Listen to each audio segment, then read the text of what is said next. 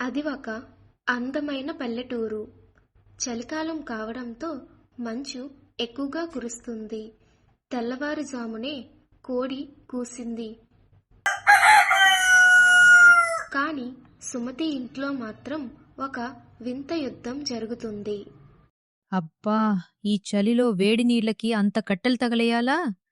పోనీలే, చన్నీళ్లతో స్నానం చేస్తే ఒళ్ళు గట్టిపడుతుంది. అత్తయ్యగారూ, వేడి నీళ్ళడక్కండి, గ్యాస్ అయిపోతుంది. ఏమ్మా సుమతీ, గజగజ వణికిపోతున్నాను. కాస్త కాగునీళ్ళిస్తే పుణ్యముంటుంది కదే. పుణ్యమేమోగాని డబ్బులు మాత్రం బూడిదైపోతాయత్తయ్యా. ఆ పాత గొంగళి కప్పుకోండి, వేడి అదే వస్తుంది.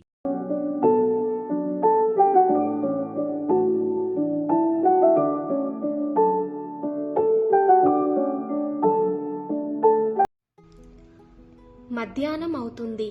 రాము పొలం నుండి చలిలో వణుకుతూ ఇంటికి వచ్చాడు. ఒక కప్పు వేడి టీ తాగుదామని ఆశగా అడిగాడు.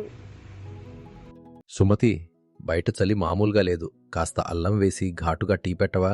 అల్లం కిలో ఎంతుందో తెలుసా? టీ పొడి కూడా అంతే. నిన్న వాడిన టీ పొడినే మళ్ళీ ఎండబెట్టాను. దాంతోనే ఇస్తాను, తాగండి. వేడి నీళ్లలో రంగు కనిపిస్తే చాలు కదా. నీ పిసినార్తనం తగలేయే. టీలో కూడా ఇంత పొదుపా?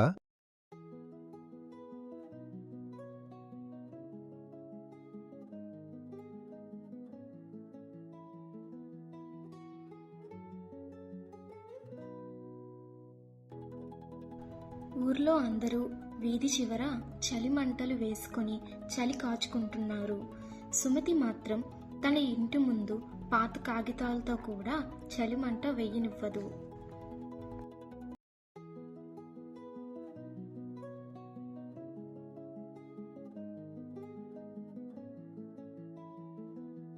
ఏంటమ్మా సుమతీ, ఊరంతా మంటలు వేసుకుంటే నువ్విలా చీకట్లో వణికిపోతున్నావు?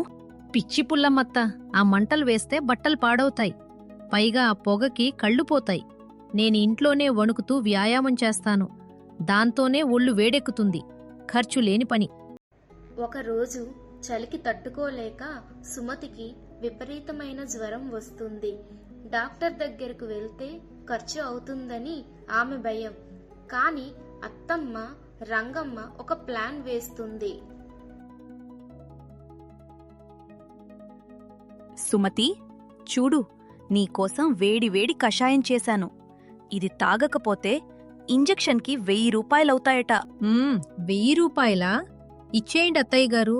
ఆ కషాయి ఏదో ఇప్పుడే తాగేస్తాను. ₹1 కూడా వృధా కాకూడదు. చివరికి సుమతికి అర్థమైంది ఏంటంటే, ప్రాణం కంటే ఆరోగ్యం కంటే డబ్బు ముఖ్యం కాదని, పొదుపు ఉండాలి, కానీ అది పిసినారితనం కాకూడదని తెలుస్తుంది. ఆ చలికాలం సుమతి జీవితంలో ఒక కొత్త పాఠం నేర్పుతుంది. చలికాలం కదా, మార్కెట్లో రకరకాల దుస్తులు, కూరగాయలు వచ్చాయి. సుమతి తన భర్త రాముని తీసుకొని సంతకు వెళ్తుంది. కానీ అక్కడ సుమతి చేసే బేరసారాలు చూసి రాముకి తల ప్రాణం తోకకొచ్చింది. సుమతి, ఆ స్వెటర్ చూడు ఎంత బావుందో. నీకు చలిగా ఉంది అన్నావు కదా, కొనుక్కోరాదు? అబ్బా, ఆ రంగు చూడండి, ఎంత త్వరగా మురికెవుతుందో. అది ఉతకాలంటే 1/2 డజను సబ్బు బిళ్ళలు కావాలి. వద్దు వద్దు, నా పాత గొంగళి ఉండగా ఈ ఫ్యాషన్లెందుకు? ఏమండి షాపుగారు, ఈ ముదురు రంగు బ్లాంకెట్ ఎంత? అమ్మా, ఇది ప్యూర్ వూల్, 500 రూపాయలు. ఏంటి, 500 రూపాయలా? ఆ గొర్రె ఈకల్కి అంత రేటా? పోనీ ఒకటి చేద్దాం. ఆ దుప్పట్లో సగం కట్ చేసివ్వండి, 100 రూపాయలిస్తాను. నేను ఎలాగో ముడుచుకునే పడుకుంటాను కదా, నాకు సగం చాలు. సుమతి, ఏంటా పిచ్చి మాటలు? దుప్పట్ని సగం కట్ చేయమని ఎవరైనా అడుగుతారా? అమ్మా తల్లి, నువ్వు నా షాపు ముందు నుండి వెళ్ళిపోతే అదే 5 మూదు పుణ్యం వస్తుంది. వెళ్ళు తల్లి. ఇంటికి వచ్చాక వంట చేసేటప్పుడు సుమతి చేసే విన్యాసాలు అత్తమ్మకి చుక్కలు చూపిస్తాయి. ఏమ్మా, కూరలో కాస్త నూనె వెయ్యి, అడుగు అంటుతోంది. అత్తయ్యగారు, నూనె ఎక్కువ తింటే కొలెస్ట్రాల్ పెరుగుతుందని డాక్టర్లు చెప్తున్నారు. నేను మీ ఆరోగ్యం గురించే ఆలోచిస్తున్నాను. ఆ మాడిన వాసన కూడా ఒక రకమైన రుచే కదా. సరేలే తల్లి, కనీసం దీపం వెలిగించటానికైనా నూనిస్తావా? ఇల్లంతా చీకటిగా ఉంది. దీపం ఎందుకత్తయ్యా? బయట వీధి లైట్ వెలుగు మన కిటికీలోంచి పడుతోంది కదా, ఆ వెలుగులో అన్నం తినలేమా? కళ్ళు మూసుకొని తింటే ఏదైనా ఒకటే రుచి. సుమతి లెక్కలు ఇలా ఉంటే ఒకరోజు సాయంత్రం సుమతి వాళ్ళ అన్నయ్య వదిన సిటీ నుండి ఇంటికి చుట్టపు చూపుగా వచ్చారు. వాళ్ళను చూడగానే సుమతికి సంతోషం కంటే వాళ్ళు ఎంత కాఫీ తాగుతారో, ఎంత అన్నం తింటారో అనే భయమే ఎక్కువైంది. అమ్మా సుమతి, ఎలా ఉన్నావు? అప్పో, మీ ఊర్లో చలి మామూలుగా లేదు బాబోయ్. రా అన్నయ్యా, రా వదినా. చలి అంటే మరీ అంతేం లేదులే. మీరు సిటీలో ఏసీ అలవాటు పడి ఇక్కడిలా వణికిపోతున్నారు. ఏంటే సుమతి అలా అంటావు? గజగజ వణికిపోతున్నాం. కాస్త వేడి కాఫీ ఇస్తావా? కాఫీ గింజలున్నాయి, ఈ వీళ్ళకు పెడితే రేపు మా పరిస్థితేంటి? అయ్యో, కాఫీ ఏముంది వదినా, ఇప్పుడే ఇస్తాను.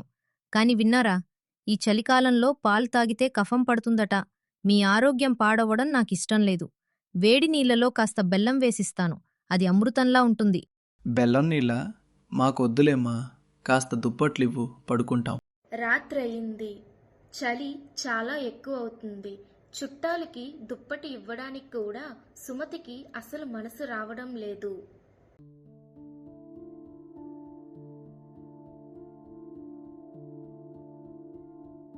వదినా, మా దగ్గర ఎక్కువ దుప్పట్లు లేవు. ఈ పాత పరదా ఉంది కదా, దీన్ని కప్పుకోండి. ఇది చాలా పల్చగా ఉన్నా గాలిని బాగా ఆపుతుంది. లోపల వేడి బయటికి పోనివ్వదు.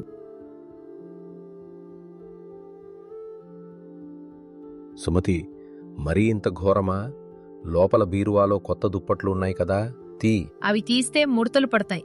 మళ్ళీ ఐరన్ చేయించటానికి డబ్బులవుతాయి. ఊరుకోండి మీరు.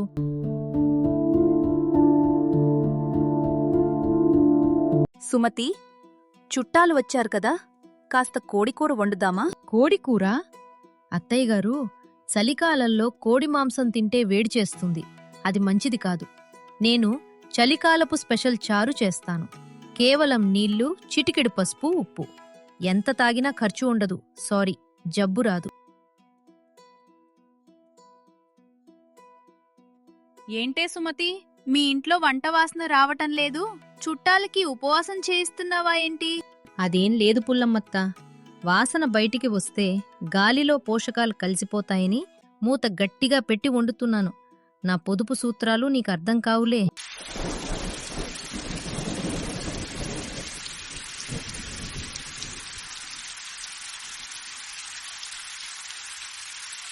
ఆ రోజు ఒక్కసారిగా గాలివాన మొదలైంది. చలి విపరీతంగా పెరిగిపోయింది. సుమతి దాచిపెట్టిన కొత్త దుప్పట్లు, స్వెటర్లు అన్నీ బీరువాలోనే ఉన్నాయి.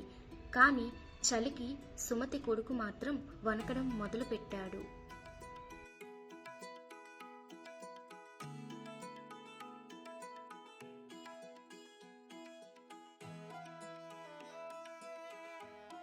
అమ్మా, చలి వేస్తోంది, తట్టుకోలేకపోతున్నాను. ముడుచుకుని పడుకో నాన్న. డబ్బులు ఖర్చు పెడితేనే వేడొస్తుందా? మనసు గట్టిగా చేసుకుంటే చలి ఉండదు.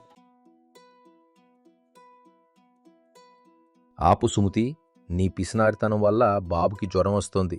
ఇప్పుడు ఆ దుప్పట్లు తీస్తావా, లేదా నేను బీరువా పగలగొట్టమంటావా? బాబుకి జ్వరం వచ్చి హాస్పిటల్కి వెళ్ళినప్పుడు డాక్టర్ గారిచ్చే బిల్లు చూసి సుమతి షాక్ అవుతుంది. చివరికి పొదుపు ప్రాణం కాపాడుతుంది, కాని పిసినారితనం ప్రాణం మీదకు తెస్తుంది అని తెలుసుకుంది.